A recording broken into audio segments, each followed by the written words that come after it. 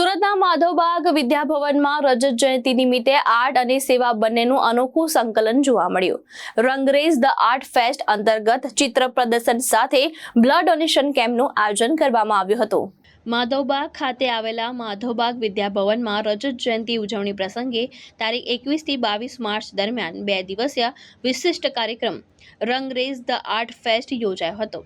આ કાર્યક્રમમાં અધ્યક્ષ તરીકે કમલેશભાઈ યાજ્ઞિક, ઉદ્ઘાટક તરીકે રમણીકભાઈ ઝાપડિયા અને કૌશિકભાઈ ગજ્જર હાજર રહ્યા હતા.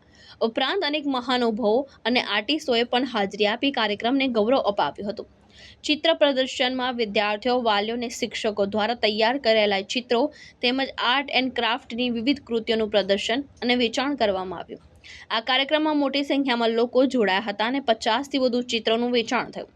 સાથે સાથે કિરણ હોસ્પિટલ દ્વારા બ્લડ ડોનેશન કેમ્પ અને ફ્રી મેડિકલ કેમ્પનું પણ આયોજન કરવામાં આવ્યું, જેમાં આશરે 30 જેટલી બ્લડ બોટલ એકત્ર થઈ હતી અને આ રીતે કાર્યક્રમમાં કલા અને સેવા બંનેનો સુંદર સમન્વય જોવા મળ્યો.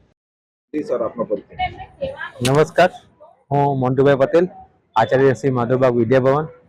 માધવબાગ વિદ્યાભવનને જ્યારે 25 વર્ષ પૂર્ણ થયા છે ત્યારે તેની ઉજવણીના ભાગરૂપે 2 દિવસ માટે ચિત્ર પ્રદર્શનનું આયોજન કરવામાં આવ્યું હતું, જેમાં વિદ્યાર્થીઓ દ્વારા ચિત્રો તૈયાર કરવામાં આવ્યા છે.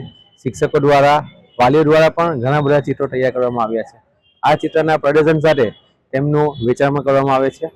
સાથે સાથે શાળા દ્વારા અને કિરણ હોસ્પિટલ દ્વારા બ્લડ ડોનેશન કેમ્પનું પણ આયોજન કરવામાં આવ્યું છે.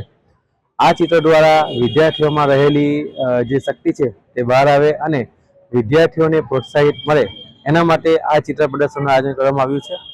આ આયોજન 2 દિવસમાં ઘણા બધા વાલીઓએ, આજુબાજુના મહાનુભાવોએ પણ મુલાકાત લીધી છે અને આઈ થિંક સો 70% જેટલા ચિત્રો વેચાઈ ગયા છે. એનો અમને ખૂબ આનંદ છે. તો માધવબાગના 25 વર્ષ પૂર્ણ થયા તે બદલ માધવબાગ સ્કૂલને અભિનંદન, શુભેચ્છાઓ. Thank you. ભાવેશ ઉપાધ્યાય, દ્રષ્ટિકોણ ન્યૂઝ, સુરત.